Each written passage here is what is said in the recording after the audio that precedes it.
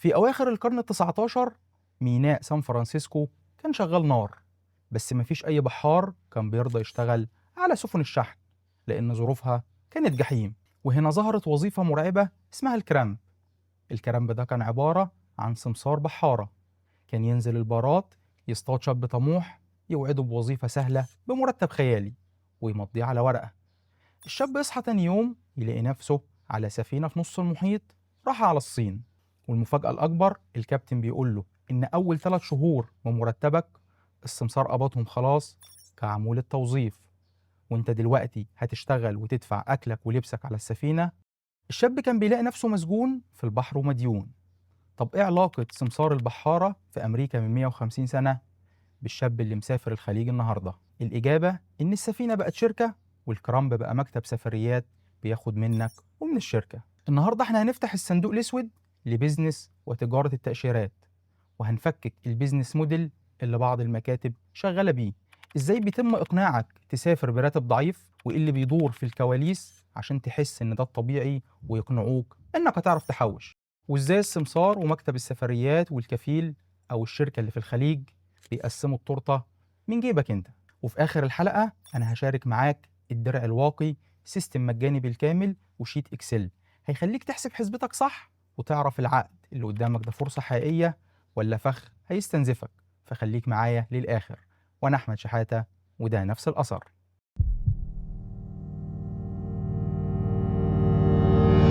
قبل ما نبدأ، الكيانات المحترمة والقانونية اللي بتوفر عقود تحفظ حقوقك دي بره حلقتنا النهاردة.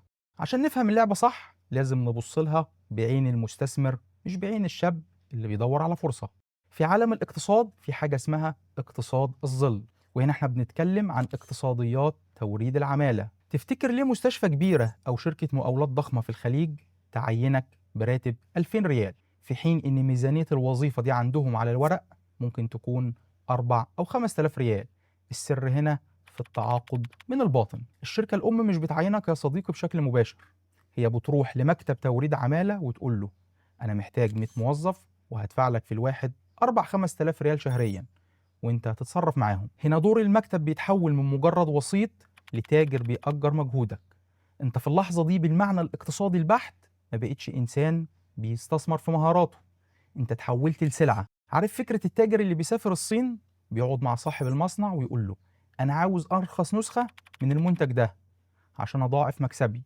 صاحب المصنع بيعمل إيه؟ بيقلل الخامات، بيشيل أي عوامل أمان، بيحذف كل الكماليات عشان يسلمه هيكل منتج بأقل تكلفة ممكنة. في لعبة السماسرة ومكاتب التوريد التاجر هو المكتب والمصنع هو ظروفك الصعبة وانت للأسف المنتج. عشان المكتب بيقدر يحقق هامش الربح الخيالي بتاعه لازم يقدمك للشركة بأرخص تكلفة تشغيل، فبيبدأ يقص من مواصفات حياتك وحقوقك الآدمية. بيتم التضحية حرفيا بكل أساسيات الحياة عشان سعرك يفضل رخيص والفرق بيدخل في جيبهم. المكتب بيتفق معاك كشاب متحمس براتب مثلا 2000 ل 3000 ريال.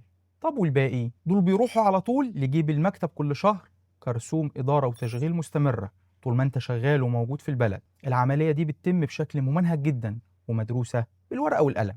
وهنا يا صديقي ممكن حد يقول لي يا عم أحمد أنا المكتب خد فلوسه في مصر وخرج بره القصة وأنا بقبض من الشركة أو الكفير دايركت.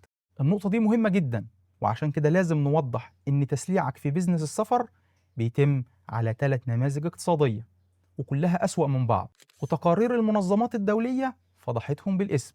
النموذج الأول الاستقطاع المستمر، ده اللي لسه شارحينه.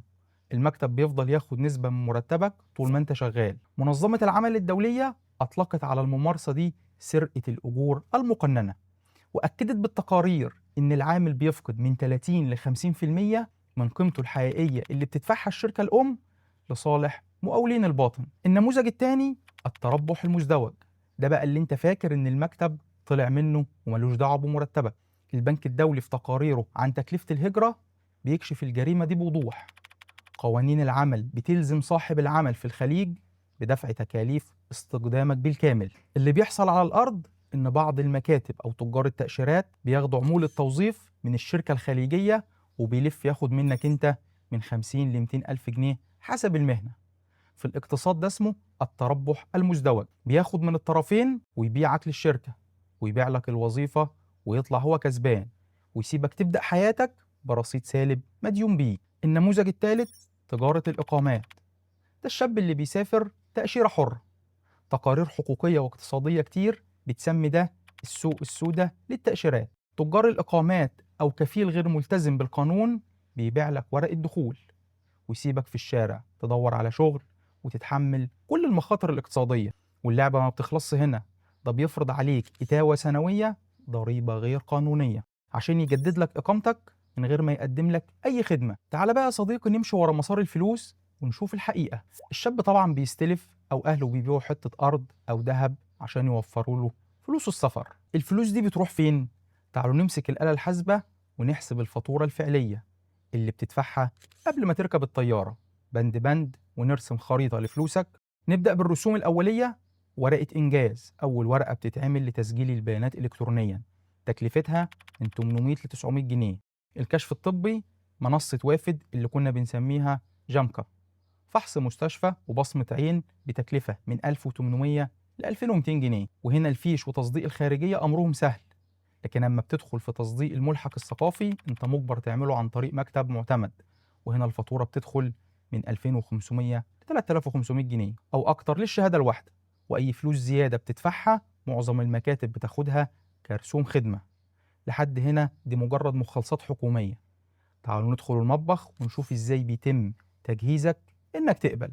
السمسار أو مكتب السفريات دي وظيفته الاقتصادية هي الاستحواذ على العميل. ده من الآخر اللي بيصطادك، بيبيع لك الوهم ويرسم لك صورة وردية إنك هتروح تغرف فلوس. ولما يلاقيك متردد وبدأت تحسبها وتلاقي إن الراتب قليل جدا ومش جايب همه، بيسحب أجزر وأقوى كارت في جيبه، كارت الدين. تلاقيه بيبص لك بنظرة حكمة ويقول لك إيه يا ابني، فلوس إيه؟ ده كفاية إنك هتعرف تعمل عمرة وتزور النبي كل شهر. ده الناس بتدفع دم قلبها وانت ربنا باعت لك الفرصة لحد عندك وهتقبض فلوس كمان. اللي بيحصل هنا يا صديقي اقتصاديا ونفسيا هو عملية ابتزاز متكاملة الأركان.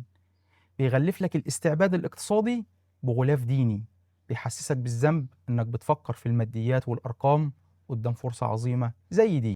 هو هنا بيعمل حاجة اسمها التعويض المعنوي، بيعوض العجز الواضح في الراتب بميزة دينية غير قابلة للقياس المادي. بنسمع الكلمة السحرية هي الغربة ايه يا ابني غير شقة، خليك راجل واستحمل. الجملة دي مش مجرد نصيحة عابرة، هم بيحاولوا تنازلك عن حقك وقبولك للذل المالي لبطولة ورجولة.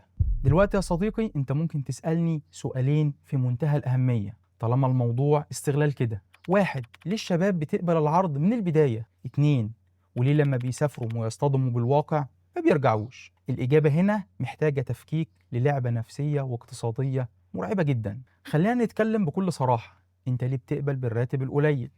انت ما قبلتهوش عشان مقتنع بيه كقيمة عادلة لمجهودك، انت بتقبله لانك بتعتبره مخرج طوارئ. ظروفك هنا متقفلة، المرتب بيطير في أول أسبوع. في عالم الاقتصاد الحالة اللي انت فيها دي بنسميها البيع الاضطراري. كمثال، لو شركة بتتعرض لأزمة مالية فبتضطر تبيع أصولها بأرخص من ثمنها بكتير لمجرد إنها محتاجة سيولة تنقذها من الغرق.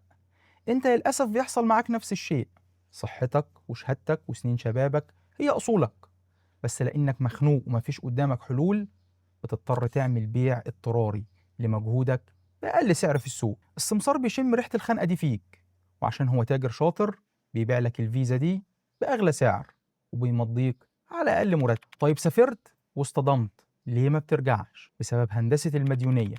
المكاتب دي دارسة السوق وعارفة أقصى مبلغ أهلك ممكن يدبروه بالديون. انت بتوصل المطار وانت غرقان في ديون من 50 ل 200 ألف جنيه، والمديونية دي بتخلق عندك هشاشة تفاوضية، مش قادر ترفض بيئة العمل السيئة لأنك مسلوب الإرادة الاقتصادية. وهنا بيتدخل مصطلح فخ التكلفة الغارقة. عارف لما تدخل فيلم في السينما وتكتشف من أول ربع ساعة إنه فيلم وحش، بس بتغصب نفسك تكمل للآخر لمجرد إنك دفعت تمن التذكرة؟ هو ده بالظبط اللي بيحصل بس على سكيل مرعب. عقلك بيرفض التراجع عشان الفلوس والديون اللي اتدفعت. المشكلة الأكبر إنك حتى لو حاولت تشتكي أو تشرح لأهلك حسبة التكاليف الحقيقية محدش هيصدقك. طب ليه؟ لأن السوشيال ميديا بتلعب بيهم وبيك لعبة اسمها تحيز الناجين. انت وأهلك بتشوفوا كل يوم فيديوهات للمغتربين في الخليج في المولات والعربيات، لكن محدش بيشوف الأوضة الضيقة اللي بينام فيها 7 8 شباب فوق بعض، لأن اللي فشل أو رجع مديون ما بيعملش فيديو عن تجربته. فالفيديو الواحد الناجح بيمحي آلاف القصص الصامتة للشباب المطحونة. النتيجة إن بمجرد ما ختم الخروج اتحط على باسبورك، طموحات أهلك بتتضاعف، واللي كان محتاج منك جنيه بقى عاوز 10، فبتضطر تسكت تحت الضغط المجتمعي وتضغط ميزانيتك الآدمية وتحرم نفسك من الأكل والشرب عشان تفضل تبعت تحويلات تحافظ بيها على الصورة النمطية للمغترب الناجح. طب كده احنا جاوبنا على السؤال الأول.